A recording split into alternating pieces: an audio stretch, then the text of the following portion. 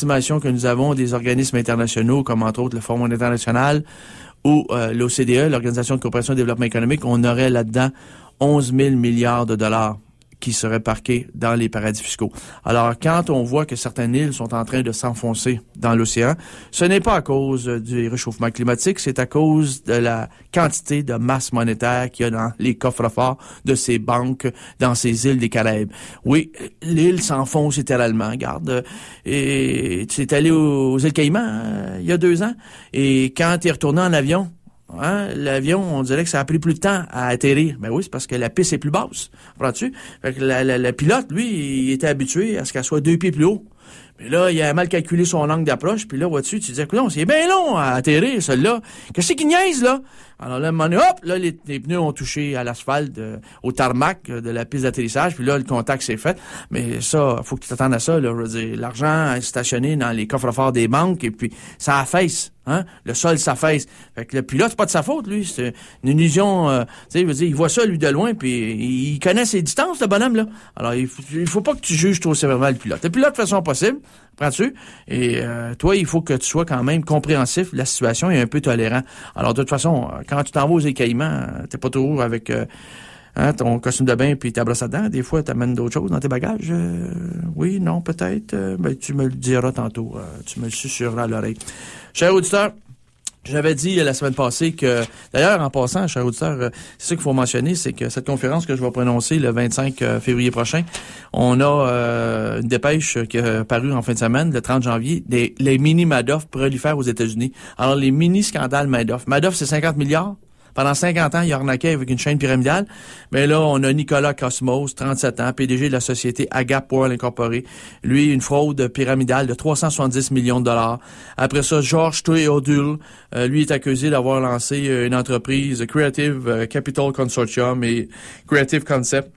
Puis lui, on parle d'une magouille de 3,8 millions de dollars que lui s'est vautré. Alors, il y a des scandales mini-Madoff. On les appelle les mini-Madoff, là, voyez-vous? Alors, à gauche pas à droite. Puis là, la Securities and Exchange Commission, qui est accusée d'avoir dormi au gaz pendant les 50 ans de la fraude de Bernard Madoff, là, elle est en mode agressivité. Alors là, elle traque. Fait que là, il y en a qui vont se sentir épiés permanent et il va se sentir traqué. Fait que là, les riches, c'est pour ça que les riches se cachent, là. Parce que là, ils pensent que les caméras, ils sont parano, eux autres. Ils voient des caméras de surveillance, comprends-tu, au coin des rues. Puis là, ils pensent que la caméra est en train d'essayer de regarder ce qu'ils ont dans le sac d'achat. C'est ça, l'affaire. Là, ils deviennent parano. Ils viennent fous. Ben raides, là. Et dans un rare moment de lucidité, la revue The Economist avait un numéro spécial, plusieurs pages, je dirais, une bonne douzaine de pages, sur le scandale financier qu'on a connu l'automne passé, qui est avec nous toujours, on n'a pas terminé. Et Greed and Fear, a special report on the future and finance. Alors, c'est celui qui est en kiosque. d'Economist qui appartient à qui est le propriétaire d'Economist à Londres? C'est Lord Jacob Rothschild, qui est le plus grand actionnaire de cette entité-là. Et M. Lord Jacob Rothschild est le 4e baron du nom de cette lignée de barons très célèbres. Son père, le 3e baron du nom, M. Lord Victor Rothschild, était un bonhomme qui faisait partie de ce qu'on appelle la clique des Five of Cambridge.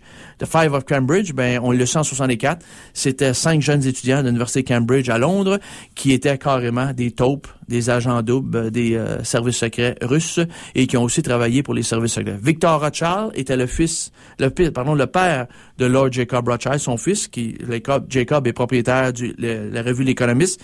Et Lord Victor Rothschild, eh bien lui, après la Deuxième Guerre mondiale, il a été enrôlé en 1940 par les MI5, Military Intelligence 5. Et ce bonhomme-là, après ça, a pris du galon du service après quand la guerre est terminée dans la société Shell. Il est allé travailler chez Shell, il est allé pantoufler là-dedans, chez Shell. Et après ça, il est devenu conseiller économique pour la sécurité nationale pour quel premier ministre britannique? Pour Margaret Thatcher dès 79. Faut le faire, voyez-vous? Les Rothschild, ils passent entre les gouttes d'eau. Donc, la revue The Economist de M. Lord Jacob de Rothschild, ou Rothschild, si vous voulez, c'est comme vous voulez. Et ils ont une photo, une belle image. Et puis l'image est bonne, Oliver? T'as vu l'image? C'est bon? Oui. Et qu'est-ce qui est écrit sur les colonnes du temple? En haut des colonnes du temple, c'est écrit « Greed is good ». Oui. Greed is good. La rapacité est bonne, C'est incroyable. Alors, c'était pas ça l'expression consacrée de Gordon Gekko dans le film Wall Street. d'Oliver Stone en 1987, l'année où il y avait un crash boursier sous la présidence Reagan en 87. Il avait dit, M. Gordon Gekko, « Greed is good ». La rapacité est bonne. La faim est bonne. Et la fin justifie tous les moyens. Tous les coups sont permis. Les légaux comme les illégaux. Alors, il n'y a rien là. Greed and fear. Greed and fear, c'est le type. Ça, c'est rare que The Economist, un rare moment de lucidité. Mon Dieu, ça y est. En venait pas. Greed is good. Ah, bah, c'est écrit chez The Economist, qui est la Bible. La Bible de nos extrémistes de droite et de nos capitalistes de tout acabit. Ben, regarde, c'est parce que là, à un moment donné, trop, c'est comme passé. Ils sont allés un petit peu trop loin. Alors, on va aller à une pause musicale tout de suite, mon petit Oliver. T'es en forme, mon pote? Oui. Vas-y, lâche-toi lousse sur le clavier et tu nous mets quoi? On y va avec Jean Leloup et la pièce La Chambre. Jean Leloup et la pièce La Chambre. Bon, ben, pas de problème. Allons tous à la chambre. Et en attendant, c'est Zone de Résistance, CSM 89,3 FM. C'est la radio de l'Université de Montréal tout de suite. De retour à Zone de Résistance avec votre animateur Benoît Perron au micro. Et cette tourne, on rappelle le titre, Oliver? Oui, Jean Leloup, la pièce La Chambre qu'on dédie à des gens, parce que dans la chanson, il dit « Devrais-je partir ou bien rester? » Donc, dédiez cette chanson à qui vous voulez. Oh, ben ça peut-être qu'il faisait allusion à Richard Martineau. Peut-être. Tout le monde en parle. Devrais-je rester au parti? Il aurait dû sacrer son camp, lui, dès la première minute, tu sais. Incroyable. On fait tirer un premier tirage.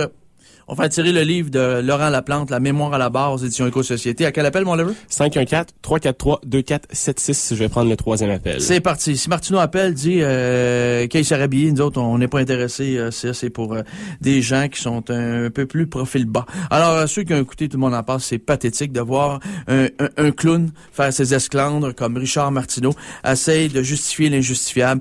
On est bien content pour toi, mon petit Richard. Tu n'es pas protégé par le syndicat, donc tu te sens pas solidaire. On est vraiment, vraiment impressionné par ta répartie. Toujours, encore une fois, un grand moment de télévision quand tu apparais sur la petite boîte. C'est toujours passionnant et de te voir. Et regarde, sérieux, je pense que le bonhomme, il faisait tout le soir. On aurait même dû lui demander de servir le vin. Vas-y, mon Richard, lâche-toi lousse. Tant qu'à être un clown, sois un clown jusqu'au bout. Jusqu'au bout, mon Richard. On est bien content.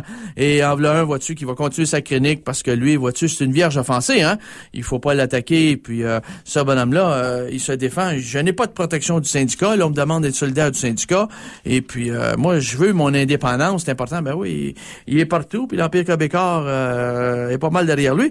Donc, il y a l'indépendance. On est bien content. Bon, bravo, Richard. Tes arguments sont toujours songés, très profonds, très solides, bien étoffés. Et ta répartie est toujours incommensurable. Écoute, c'est merveilleux. Alors, on peut pas demander mieux que Richard Martineau pour remonter les codes d'écoute de Tout le monde en parle. Dieu sait qu'ils n'ont besoin, hein, c'est pas des fards.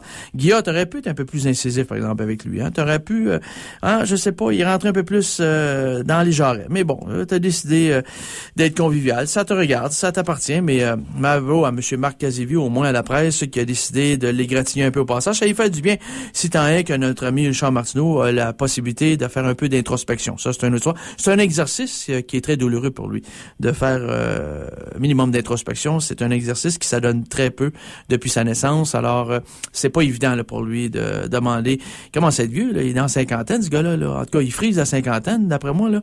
En tout cas, s'il n'y a pas 50, il paraît vieux dans sa tête. Tu vois? Fait que c'est un exercice peut-être qui pourrait être vraiment néfaste pour lui. Donc, continue, Richard, de cette façon-là, avec ta plume acerbe.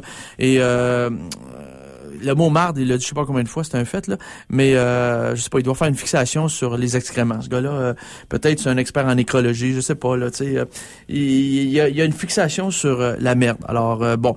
Écoute, mon cher, tu disais que à un moment donné, quand les gens sont intelligents, ils lisent plus le Journal de Montréal. Non. Quand les gens sont intelligents, ils cessent de lire la chronique de Martineau. Ils passent à d'autres choses. Ces gens-là ont pas besoin de rendre leur vie une banqueroute. Alors, ils peuvent faire des choses intelligentes de leur journée. Donc, c'est pas nécessaire de... Moi, personnellement, quand je vois la page de Nathalie Grobly dans le Journal de Montréal, je m'oblige, dépendamment du titre, je m'oblige à la lire parce que cette nymphette de service de l'Institut économique de Montréal, elle était à Fraser, là, elle retourne à l'Institut économique de Montréal. Et cette nymphètes-là, des fois, t'en sors des vertes et des pas mûres et il faut se tenir au courant. Hein, ce sont nos profiteurs par excellence du système démocratique. Alors, il faut vraiment être à l'affût. En ce qui concerne Martineau, ben écoutez, moi, personnellement, j'utilise le papier de sa chronique pour mettre dans la cage de mon canari, mais mon canari est en dépression. Je sais pas s'il a lu les chroniques de Martineau, mais il reste dans la fixation dans le haut de la cage et puis il ne veut plus même descendre, aller chercher la nourriture. Je sais pas, il fait